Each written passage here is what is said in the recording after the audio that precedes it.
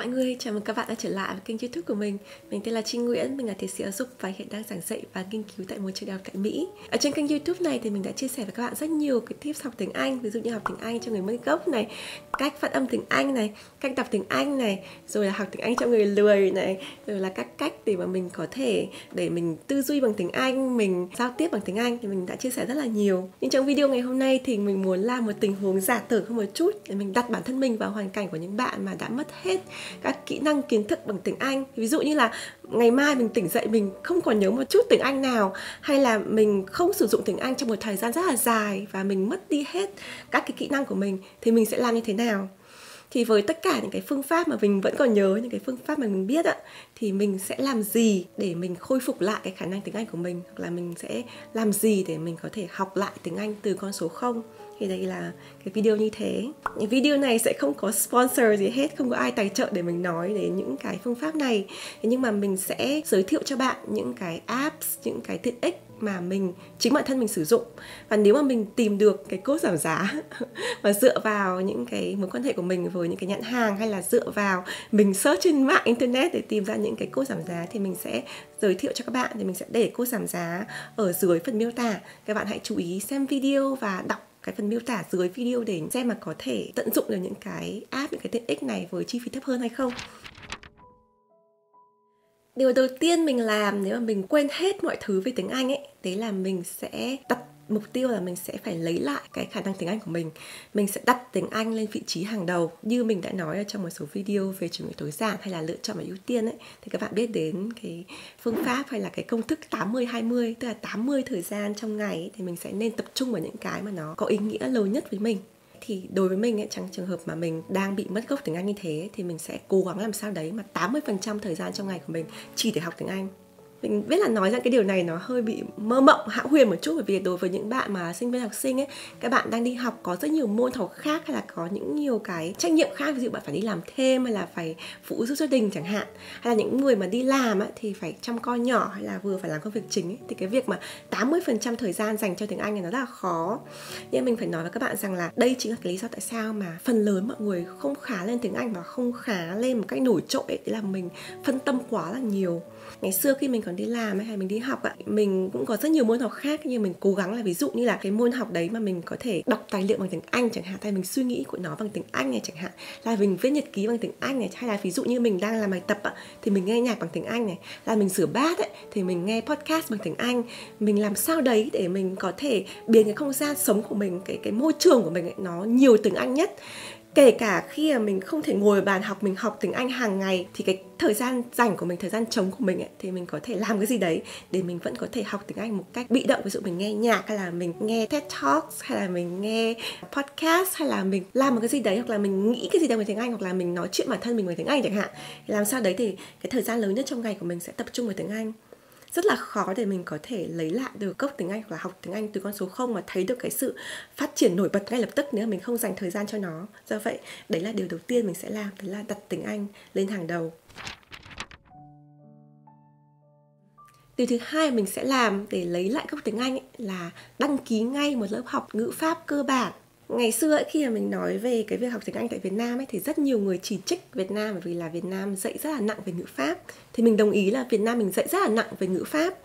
Nhưng mà cái việc học ngữ pháp chắc nó có ảnh hưởng rất là lớn, rất là tốt cho mình sau này, vì nó xây dựng cái nền móng cho mình để mình học tất cả những cái tiếp theo thì mình học nó đúng theo ngữ pháp. Nó rất là khác với những người mà người ta học giao tiếp mà không có nền ngữ pháp thì rất là dễ đến tình trạng mà nói bồi, tức là mình nói nhưng mà nó không có chủ ngữ vị ngữ. Mình nói người ta hiểu được lõm bõm nhưng mà người ta không thấy rằng là mình có cái nền tảng tiếng Anh tốt và mình là người học tiếng Anh bài bản. Và đặc biệt là rất là khó khi mà bạn không học ngữ pháp mà bạn có thể viết được tiếng Anh. Bạn có thể nói được nhưng mà viết nó là một cái gì đấy rất là khó và cần phải có ngữ pháp. Mình nghĩ rằng là đối với việc học ngữ pháp thì việc rất là quan trọng là thứ nhất là bạn phải đi học với trường lớp, bởi vì là học ngữ pháp nó rất là khô. nó rất là khổ. Nếu mình học một mình ấy thì mình rất là nản, và nếu mà mình có câu hỏi ấy thì mình cũng không có ai để mình trả lời cả. Thế nên là khi mà mình đi học cùng ở trung tâm hay là lớp ấy, người ta có cái môi trường ấy, nó sẽ rất là giúp cho mình có động lực học ngữ pháp hơn. Cái thứ hai, khi các bạn chọn trung tâm ấy, nên nhớ rằng là khi các bạn học ngữ pháp rất là quan trọng là mình phải có cái bài bản, có cái giáo trình rõ ràng. Ví dụ như là giáo viên người ta phải có cái giáo trình, chẳng hạn như là hôm nay học về thì quá khứ, ngày mai học về thì hiện tại, ngày kia học về thì tương lai, ngày kia học về cái câu bị động chẳng hạn như thế, thì nó sẽ giúp cho bạn học theo từng cái chủ điểm tốt hơn. Nếu mà mình đi vào một cái lớp học ngữ pháp mà họ không có cái giáo trình ấy, họ không có chia những cái phần mà logic á, thì rất là khó cho người học người ta có thể học được. Và kể cả người ta học được, người ta rất là khó người ta tra cứu lại khi người ta có câu hỏi sau này. Cái thứ ba là đối với việc học ngữ pháp ấy, thì thực ra là mình lại khuyên các bạn nên học với giáo viên người Việt, người mà có được đào tạo về chuyên ngành ngoại ngữ tại Việt Nam. Tại vì sao? Bởi vì là khi mà bạn học với người ngoại quốc ấy, thì mình cảm thấy rằng là rất là tốt nếu mình học giao tiếp. Mà đối với ngữ pháp ấy, thì rất là khó để người ta có thể giải thích cho bạn, bởi vì nó rất là phức tạp. Nếu mà có ai mà song ngữ được ấy, người ta giải thích cho bạn cái từ ngữ này như thế nào và tại sao ngữ cảnh này nên dùng cái đấy, tiếng Anh nó khác với tiếng Việt như thế nào, phải ai đấy người ta hiểu được cái sự khác biệt giữa tiếng Việt và tiếng Anh ấy, thì người ta dạy được cho bạn ngữ pháp nó tốt hơn. Và thêm một cái nữa là bản thân mình đi dạy học ở Mỹ, mình dạy toàn bộ là những người ngoại quốc, người ta dùng tiếng Anh là ngôn ngữ mẹ đẻ, thì mình thấy rằng là cái ngữ pháp của họ nhiều khi không chắc bằng sinh viên quốc tế. Tại sinh viên sử dụng tiếng Anh là ngôn ngữ thứ hai, giống như mình nói tiếng Việt ấy, mình không học ngữ pháp chắc bằng là người nước ngoài, mình không phân tích được rõ như họ ấy. Thế nên là mình nghĩ rằng là nếu mà bạn học với giáo viên Việt Nam mà người có tâm huyết, có trình độ, có giáo trình ấy, người ta sẽ giúp cho bạn rất là nhiều, chứ không phải là lúc nào mình cũng phải xính ngoại, mình phải học người bản ngữ 100% đối với ngữ pháp. Cái điều cuối cùng mà mình nghĩ là một cái điều rất là quan trọng khi các bạn học ngữ pháp, và nó là cái điều mà nó tạo ra sự khác biệt giữa việc cái học cái ngữ pháp, đặc biệt là ngày xưa ngành học ngữ pháp Việt Nam tiếng Anh ấy, nó khác với cái ngày nay ấy, là khi bạn học ngữ pháp ấy, bạn phải chú ý là bạn học để bạn viết, là bạn học vì chẳng hạn như là ví dụ như hôm nay bạn học thì tương lai chẳng hạn, thì bạn hãy viết ra một đoạn văn hoặc là viết ra vài câu nói về cái dự định trong tương lai của bạn và sử dụng thì tương lai. Nó sẽ giúp cho bạn có thể viết được hơn. Cái ngữ pháp ấy, cái quan trọng ấy, nó giúp cho mình biểu đạt được cái câu của mình một cách chuẩn chỉ hơn. Ngày xưa khi mình đi học ngữ pháp ở trường phổ thông ở Việt Nam ấy, thì mình có học ngữ pháp đấy, mình có học rất là chắc đấy, mình thậm chí còn thi khối D, thi ngoại ngữ. Thế nhưng mà cái ngữ pháp mình học ấy, chỉ dùng để đặt câu thôi, và chỉ dùng để có thể đi thi, tức là điền từ vào chỗ trống. Ví dụ như trong cái câu này người ta đã viết sẵn rồi thì nó trống cái phần động từ á, và người ta hỏi rằng là cái động từ này chia cái gì, thì mình tích vào chẳng hạn. Thì cái việc học ngữ pháp như thế ấy, nó có thể giúp cho bạn có cái kiến thức đấy, nó không giúp cho bạn có thể biến cái kiến thức đấy để có thể viết được ra cái tư duy của mình, tức là đặt một cái câu hoàn chỉnh, hay là viết được một đoạn văn, viết được một cái essay. Đấy, cho nên là cái việc rất quan trọng khi các bạn đăng ký ở trung tâm đấy là người ta dạy cho bạn ngữ pháp, nhưng mà bạn cũng cần phải có cái điều kiện để ứng dụng cái ngữ pháp đấy vào hoàn cảnh cụ thể, và cụ thể là viết ra được một bài luận. Ban đầu có thể chỉ viết ra một vài câu thôi, nhưng mà dần dần mình sẽ cố gắng viết ra một bài luận và có người chỉnh sửa cho bạn, có người góp ý cho bạn, thì đó mới chính là cái phương pháp mà mình nghĩ rằng là học ngữ pháp là chắc nhất và có tính ứng dụng cao nhất. Điều thứ ba mình sẽ làm nếu mình quên hết tất cả những cái vốn liếng tiếng Anh của mình, đấy là mình sẽ tìm học giao tiếp tiếng Anh với người bản ngữ. Đối với riêng việc giao tiếp ấy, thì mình cảm thấy rằng là cái việc mình có cái cơ hội tiếp cận với người bản ngữ khi mình mới học ấy, nó rất là quan trọng. Bởi vì một khi mình lại nói sai, mình phát âm sai ấy, thì rất là khó để có thể sửa lại. Bản thân mình cũng thế thôi, bây giờ mình đã ở Mỹ được gần 10 năm rồi, mình có bằng cấp cao, mình có bằng thạc sĩ, tiến sĩ tại Mỹ, và mình đã đi dạy ở bậc đại học, tức là mình sử dụng cái tiếng Anh hàng ngày và mình sử dụng tiếng Anh ở mức độ cao cấp. Nhưng mà có rất nhiều từ ấy, và có rất nhiều cái cách nói ấy, mình vẫn nói sai. Và mình có thể chỉ cho các bạn tại sao mình nói sai. Vì mình nhớ là ngày xưa cô giáo A, cô giáo B nói như vậy, mình lặp lại như theo họ và họ không sửa cho mình, vì là họ cũng không biết để họ sửa. Cái này không phải là lỗi của thầy cô giáo, vì ngày xưa thì người ta không có cơ hội để người ta tiếp cận được như là bây giờ, không có YouTube, không có podcast, không có cơ hội ra nước ngoài nhiều. Thế mình không có trách những thầy cô của mình, nhưng mình muốn nói rằng là nếu mà bây giờ các bạn có cơ hội thì rất là nên học với người bản ngữ. Và việc học với người bản ngữ bây giờ nó cũng không quá là đắt đỏ như ngày xưa mình đi học, và nó không quá khó khăn. Có một cái ứng dụng mà mình thường xuyên mình sử dụng, bản thân mình đến bây giờ mình vẫn học, đấy là Cambly. Và Cambly thì là cái ứng dụng mà bạn có thể kết nối một với người bản ngữ, tức là bạn có thể lên app Cambly ở trên điện thoại hay là trên máy tính. Các bạn có thể tự chọn cái tutor, tức là những cái người dạy tiếng Anh, người ta sẽ ghi ở trên cái profile của họ là họ đến từ đâu. Ví dụ như là họ đến từ Mỹ này, Anh này, hay là đến từ Nam Phi này, hay là đến từ Malaysia, vân vân thế. Tức là họ là giáo viên tiếng Anh và các bạn có thể xem là họ có bằng cấp đi dạy tiếng Anh hay không, họ đã dạy được bao nhiêu năm rồi và họ là ai. Bạn có thể xem cái video họ giới thiệu về bản thân, và nếu bạn thích bạn có thể đặt lịch với họ, bạn nói chuyện trực tiếp với họ rất là dễ dàng. Và mình rất là thích Cambly bởi vì là những người dạy trên đó ấy, thì mình thấy rằng là họ có kinh nghiệm.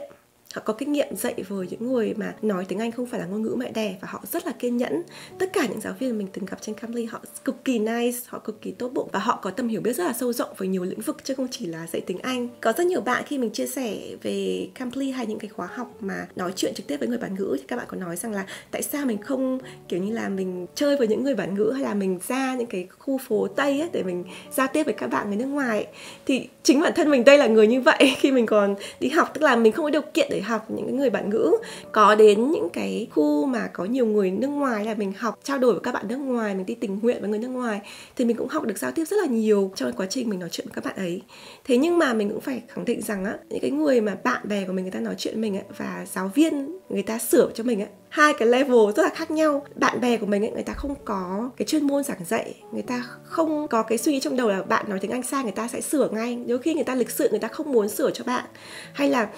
ví dụ như người ta cũng không biết cách để sửa, ví dụ như người ta không hiểu cái sự khác biệt trong cái khẩu âm á, trong cái phát âm của bằng tiếng Anh ấy, người ta không có chuyên môn về cái vấn đề dạy học ấy, rất là khó để người ta có thể nhận xét cho bạn. Nếu bạn có điều kiện bạn đi học được, vừa có người bản ngữ và lại vừa có thể có những người bạn ở nước ngoài thì mình kết hợp vào thì mình sẽ thấy rằng là cái việc mà mình giao tiếp sẽ cải thiện hơn rất là nhiều. Để các bạn quan tâm đến việc học trên Cambly thì mình cũng có code giảm giá 60% cho khóa học 12 tháng. Mình sẽ để ở phần dưới phần miêu tả cùng với một số cái bài viết và mình chia sẻ cái kinh nghiệm của mình là một người học ở trên Cambly, thì cách nào mình học một cách tiết kiệm nhất và cách nào mình học hiệu quả nhất và cái chi phí học như thế nào thì mình sẽ để đường link phía dưới cho các bạn tham khảo. Điều thứ tư mình sẽ làm nếu mà mình mất hết vốn liếng tiếng Anh ấy, đấy là mình sẽ tập trung vào học từ vựng một cách có phương pháp, nhấn mạnh vào cái câu một cách có phương pháp.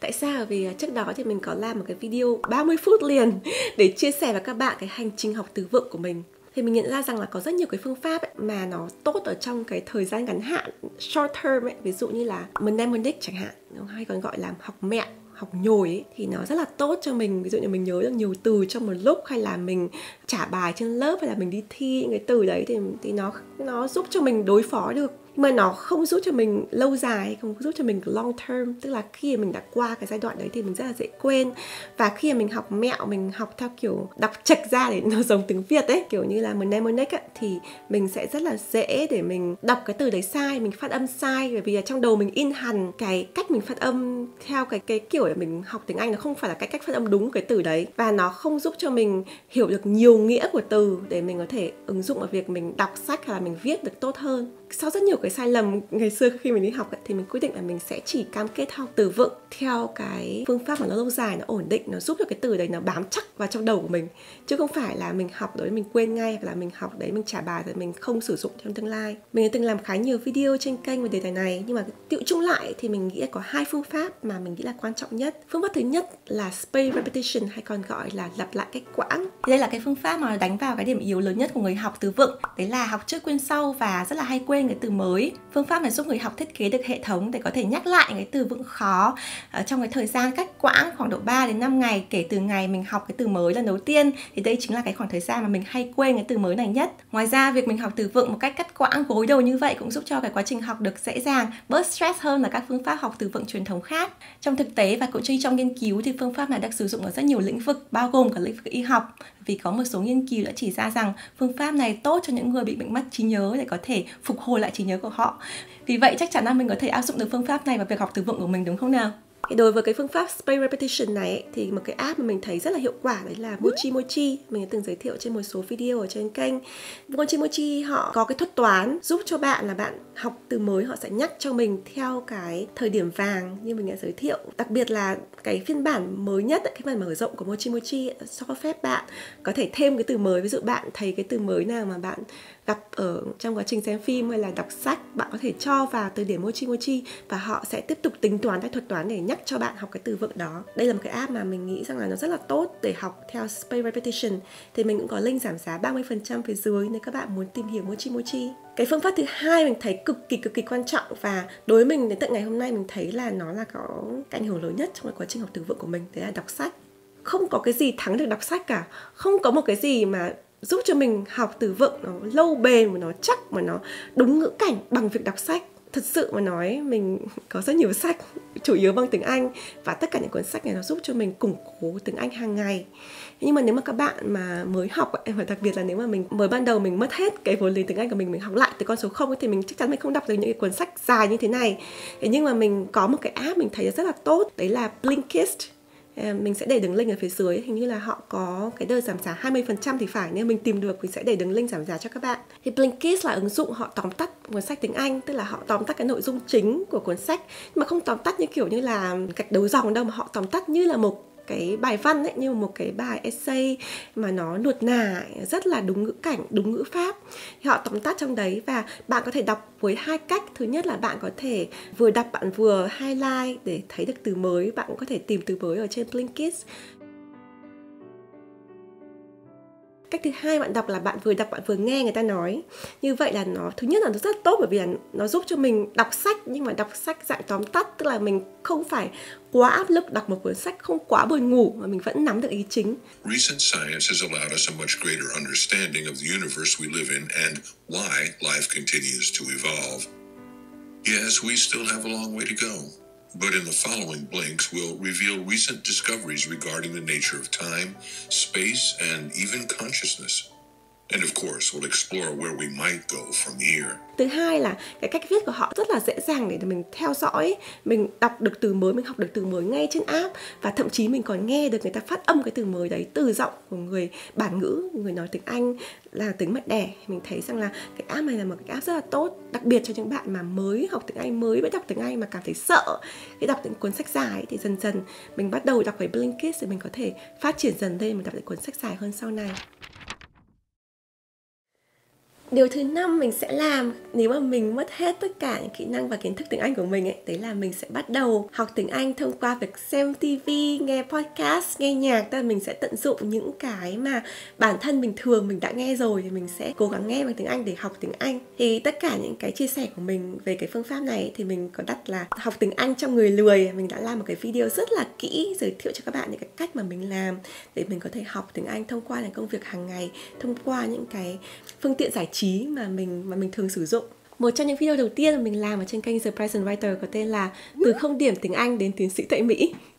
Và cái video nói về hành trình mà làm sao mình đi học tiếng Anh từ con số 0, mình bị 0 điểm môn phát âm ở đại học, và cho đến khi mình có được bằng IELTS, mình có TOEFL, có học bổng đi học tại Mỹ, học thạc sĩ và tiến sĩ, thì cái hành trình của mình học tiếng Anh như thế nào từ con số 0. Và trong video đấy thì mình có chia sẻ rằng là mình đã từng có ý định bỏ học đại học chỉ vì môn tiếng Anh, bởi vì mình cảm thấy là mình rất là ngượng khi mình không nói được tiếng Anh. Trong khi đó ngày xưa khi đi học phổ thông thì mình học rất là tốt, nhưng mà học theo cái kiểu học phổ thông ở Việt Nam chỉ để đi thi, nên mình không học giao tiếp, và gia đình mình không có điều kiện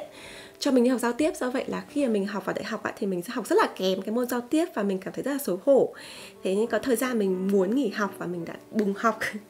trong vòng 2 đến 3 tuần liền. Và trong thời gian đấy thì mình chỉ ở nhà xem phim rồi là nghe nhạc. Mình muốn quên hết mọi thứ trên đời ấy. Mình kiểu muốn là buông xuôi mọi thứ ấy. Nhưng mà một cái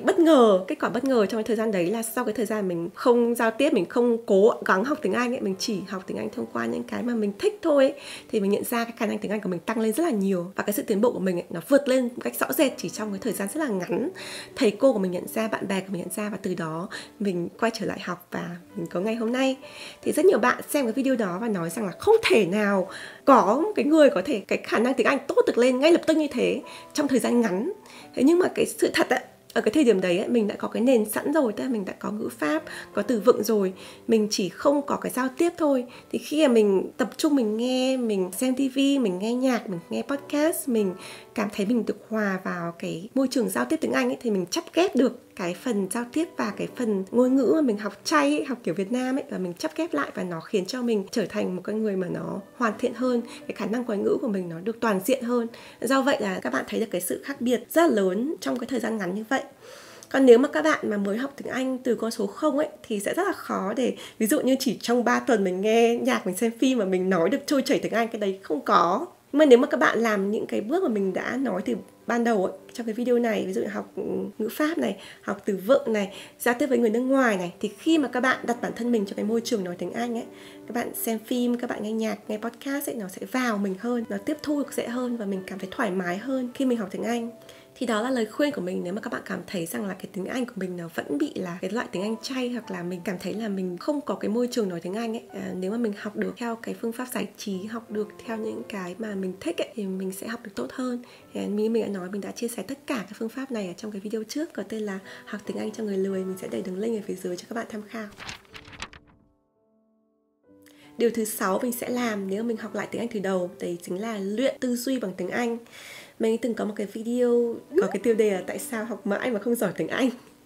Và trong cái video đó thì mình nói rằng là cái lý do lớn nhất ấy, khiến cho rất nhiều bạn học không giỏi tiếng Anh hoặc là không được thành thạo, không được thành thục ấy, đấy là bởi vì mình không tư duy bằng tiếng Anh. Mình vẫn có cái tư duy là mình sẽ tư duy bằng tiếng Việt, thành thế kia. Đó, mình dịch ra tiếng Anh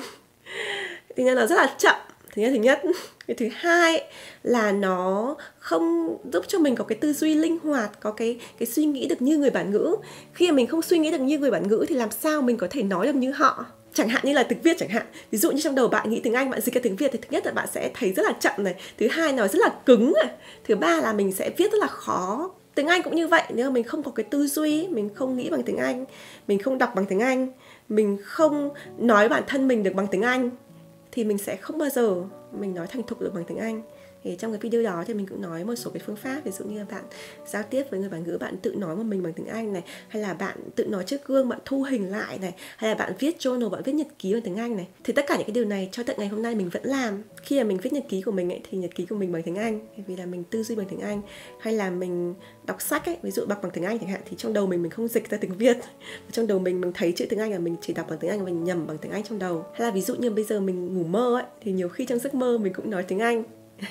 Thì nếu mà các bạn đạt đến cái trình độ mà cái tư duy của mình ấy nó không còn ở trong tiếng Việt nữa ấy, thì khi đấy thì cái tiếng Anh của mình mới thật sự ở mức độ mà mình cảm thấy thực sự thành thục. Và khi đấy thì mình cảm thấy rằng là mình mới bắt đầu lên một cái level mới, tức là bạn có thể học những cái tiếng Anh cao cấp, bạn viết được gần như người bản xứ và bạn nói được cái ngôn ngữ mà nó mềm dẻo như là ngôn ngữ của người bản xứ. Thì đấy là cái điều mình sẽ làm và mình sẽ cố gắng luyện tập nếu mà mình bắt đầu học lại tiếng Anh. Cái tư duy nó rất là quan trọng. Nếu các bạn học ngữ pháp, bạn học từ vựng, bạn học viết, bạn học đọc mà bạn vẫn dịch ấy, không bao giờ mình tiệm cận đến được cái cảm giác là mình dùng được tiếng Anh một cách tự tin, một cách thoải mái. Chỉ khi nào mà mình cảm thấy là mình nắm được cái tư duy của nó ấy, thì khi đó tất cả những cái phương pháp, tất cả những kỹ năng thì nó có thể kết nối một cách thành thục, một cách nhuần nhuyễn được. Còn nếu mà không có tư duy thì nó sẽ mãi mãi rời rạc. Do vậy đây là cái điều mà nó vô cùng quan trọng. Điều thứ 7 mình sẽ làm nếu mà ngày mai mình tỉnh dậy mình không có một chút tiếng Anh nào ấy, thì mình sẽ bắt đầu với tư tưởng là mình sẽ học tiếng Anh bởi vì là mình thích, mình vì niềm vui của mình, chứ mình không học vì điểm số hay là mình học để cho bất kỳ cái kỳ thi chuẩn hóa nào cả. Mình học để mình mở ra cái chân trời kiến thức. Cái mục đích học tiếng Anh là gì? Thì mình luôn nói rằng là mục đích học tiếng Anh ấy ở Việt Nam ấy thì là để đi thi đại học này, để có bằng TOEFL IELTS này, để mình có thể có điểm số cao trên lớp này. Nhưng mà những cái đấy thì nó cũng đúng, nhưng mà cái điều quan trọng nhất ấy để học tiếng Anh ấy, thì đối với mình ấy là nó mở cho mình một cái chân trời, là mình có thể tiệm cận những cái kiến thức mà nó mới nhất. Mình không phải đợi ai đó dịch ra cho mình bằng tiếng Việt thì mình mới tiếp cận được cái kiến thức đấy, mình mới đọc được cái cuốn sách đấy, mình mới có thể nghe được cái bài nói trên TED Talk nó hay như thế. Mình không cần phải đợi ai hết, mình có thể tiếp cận kiến thức đấy một cách chủ động, tự tin, độc lập. Thì đó là điều mình cảm thấy quan trọng nhất khi học tiếng Anh, bởi vì tiếng Anh là ngôn ngữ quốc tế. Nó sẽ giúp mình mở ra cho mình một cái thế giới mới, đưa cho mình cái cơ hội mình bước ra ngoài thế giới, mình gặp người này người kia, mình giao tiếp, mình tiếp cận ngôn ngữ, mình đọc, mình viết. Nó sẽ thay đổi cuộc đời của mình, bởi vì là mình không còn chỉ ở cái ao làng, mình không chỉ còn ở trong cái đất nước của mình có thể vời đến trên tầm quốc tế. Đó là cái điều mình nghĩ rằng là rất là nên bắt đầu với cái tư duy là mình học tiếng Anh không phải chỉ để trả bài trên lớp, mà để mình tiếp cận cái kiến thức quốc tế. Và đấy cũng là một cái điều tại sao mình thích cái app Cambly. Một lần nữa nhắc lại Cambly, bởi vì trên Cambly mình đã từng gặp rất nhiều tutor, những người dạy tiếng Anh ấy, mà họ có cái background, có cái nền tảng, họ không phải chỉ dạy tiếng Anh mà họ còn là người làm kinh doanh này, hay họ họ từng làm những cái doanh nghiệp ở nước ngoài này, hay là họ làm ở những cái tổ chức quốc tế hoặc là tổ chức phi chính phủ ấy, họ có rất nhiều cái kinh nghiệm rất là thú vị. Mình nhiều khi mình lên Cambly mình nói chuyện để mình học tiếng Anh ấy, nhưng mà nhiều khi mình kiểu mê quá cho nên là mình hỏi rất nhiều câu hỏi đối với cái người giảng dạy của mình, đặc biệt những người mà có cái background thú vị ấy. Ví dụ như là mình gặp rất nhiều người là nomad, tức là họ có những cái business online và họ sống ở rất nhiều nơi trên thế giới. Ví dụ như là một cái tutor mình rất là thích là anh ấy là người Anh nhưng mà anh ấy đang sống ở Thái Lan, vì là anh ấy làm những cái doanh nghiệp, những cái business ở rất nhiều nơi trên thế giới và anh ấy có thể ở bất cứ đâu ấy. Mình rất là thích nói chuyện với những người như thế, bởi vì họ cho mình rất nhiều cái kiến thức ngoài tiếng Anh, nên mình dành rất nhiều thời gian mình nói chuyện với họ, mình hiểu biết hơn rất nhiều về cuộc sống và về thế giới. Vậy nên nếu mà các bạn học tiếng Anh ở cái trình độ mình có thể giao tiếp được với mọi người ấy, một cách thành thục ấy, thì mình có thể học được những kiến thức cực kỳ tuyệt vời. Và mình nghĩ là những cái nền tảng tương tự như Cambly nó có cái cộng đồng ấy, là những cái người mà từ rất nhiều cái background khác nhau, từ những quốc gia khác nhau và làm rất nhiều nghề khác nhau trước khi họ trên Cambly làm giáo viên ấy, thì mình thấy rằng là có những cộng đồng như thế nó thực sự là một cái cộng đồng quốc tế tích cực giúp cho mình học được rất là nhiều. Thì đó là 7 điều mà nếu mà mình ngày mai thức dậy mình không có một chút tiếng Anh nào thì mình sẽ làm. Và mình hy vọng là cái video này nó cho bạn một số cái ý tưởng. Để nếu mà bây giờ bạn đã học tiếng Anh một thời gian rồi mà bạn cảm thấy là mình không có tiến bộ thì các bạn có thể bắt đầu học lại với cái bước mình vừa chia sẻ. Hay là nếu mà các bạn chưa học tiếng Anh hoặc là bạn mất cốc hoàn toàn mà học lại từ con số 0 ấy thì càng tốt. Bạn là một tờ giấy trắng là bạn có thể học được đúng phương pháp ngay từ ban đầu. Đối với mình trong quá trình mình học tiếng Anh cũng thế, và sau này khi mình đi dạy ở Mỹ và các nước trên thế giới thì mình thấy rằng là có rất nhiều học viên ấy, bao gồm cả mình ngày xưa cũng thế thôi. Người ta nghĩ rằng là học ngoại ngữ ấy thì thứ nhất là cần phải có năng khiếu này, thứ hai là có tiền này, thứ ba là có môi trường này. Nhưng mà đôi khi mình nghĩ rằng là những cái đấy thì nó đúng. Nhưng mà cái phương pháp ấy nó quan trọng hơn. Kể cả khi mà cái nguồn tiền của mình nhỏ, mình tiết kiệm được một khoản tiền nhỏ, nhưng mà mình dùng nó có cái mục đích đúng ấy, mình không phí hoài nó vào những cái phương pháp, những cái app mà nó linh tinh, nó hứa, nó hão huyền cho bạn rằng là chỉ cần đọc cuốn sách này bạn có thể nhớ được 1 triệu từ chẳng hạn, hay là chỉ cần học theo cái app này là bạn có thể giỏi tiếng Anh ngay ngày mai, hoặc là theo cái trung tâm này với cái người này người kia là bạn có thể có được cái IELTS 9 chấm chẳng hạn đấy. Thì mình nghĩ rằng là những cái lời quảng cáo như thế nó thực sự nó phí hoài cái đồng tiền của mình. Cái việc mà mình nghĩ rằng là các bạn nên làm ấy là tiết kiệm tiền, mình đầu tư đúng chỗ, đầu tư vào những cái ứng dụng và đầu tư những cái khóa học mà nó thực sự nó hữu ích. Những cái khóa học đấy nó không thực sự là nó quá đắt, đặc biệt là nếu mà các bạn sử dụng cái code giảm giá, hay là bạn liên hệ những cái khóa học của người Việt ấy mà người ta có kinh nghiệm, người ta có tâm huyết ấy dạy cho mình ấy, thì mình nghĩ là nó không quá là đắt. Cái điều mình nên nhớ ấy là những cái người có tâm ấy, người ta sẽ không bao giờ nói với bạn rằng là mình sẽ đưa cho bạn một cái liều thuốc tiên hoặc là một cái phương pháp này bùm là bạn sẽ học tiếng Anh giỏi ngay lập tức. Những người có tâm người ta không bao giờ nói cho bạn điều đấy. Và ngay cả trên kênh YouTube này cũng thế, mỗi khi mình chia sẻ cái kiến thức, cái tip của mình học tiếng Anh ấy, thì các bạn luôn luôn nói rằng là ôi như thế phải học dài, như thế phải học thời gian dài, thế làm có cách nào để ngày mai em thi hoặc là tuần sau, tháng sau em thi IELTS, TOEFL em giỏi ngay được không? Mình rất tiếc là mình không có cái điều đấy, không có cái phương pháp nào cho bạn để làm cái điều đấy. Và mình tin rằng tất cả những người giáo viên mà người ta có tâm ấy, người ta sẽ nói cho bạn là không có một cái phương pháp nào làm được cái điều đấy. Người bạn có thể học được rất nhiều từ trong thời gian ngắn, nhưng mà nó có dính được trong đầu của bạn hay không, bạn có ứng dụng được nó hay không, cả một quá trình rất là dài. Học ngoại ngữ ấy, nó là như vậy, nó là công việc cả đời. Ngay ngày hôm nay mình đang sống ở Mỹ đây, mình đã ở đây gần 10 năm rồi. Chồng mình là người nói tiếng Anh bản ngữ, sinh ra và lớn lên tại Mỹ. Con trai mình nói tiếng Anh, mình nói tiếng Anh tại nhà. Mình còn đi dạy người bản ngữ ở bậc đại học, nhưng mình vẫn học ở trên Cambly hàng tuần. Đôi khi mình cũng mở app Mochi ra để mình học từ mới. Mình vẫn đọc sách rất là nhiều để mình luyện tập từ mới. Mình vẫn tra từ điển hàng ngày luôn á, để mình xem là cái cách đọc của mình có đúng hay không. Do vậy là dù bạn bắt đầu ở đâu, con số 0, hay là bạn bắt đầu ở giữa, hay bạn ở trình độ cao rồi ấy, đừng nghĩ rằng là mình có thể từ bỏ tiếng Anh. Đừng nghĩ là mình có thể từ bỏ bất kỳ ngoại ngữ nào. Bất kỳ ngôn ngữ nào mình đều phải dành thời gian dài để trau dồi. Và luôn luôn có những cái tips hay, nhưng luôn có những phương pháp tốt để mình có thể học hỏi từ những người khác. Như vậy mình hy vọng là các bạn sẽ thích cái video này. Xin chào mọi người và hẹn gặp lại trong video tiếp theo. Bye!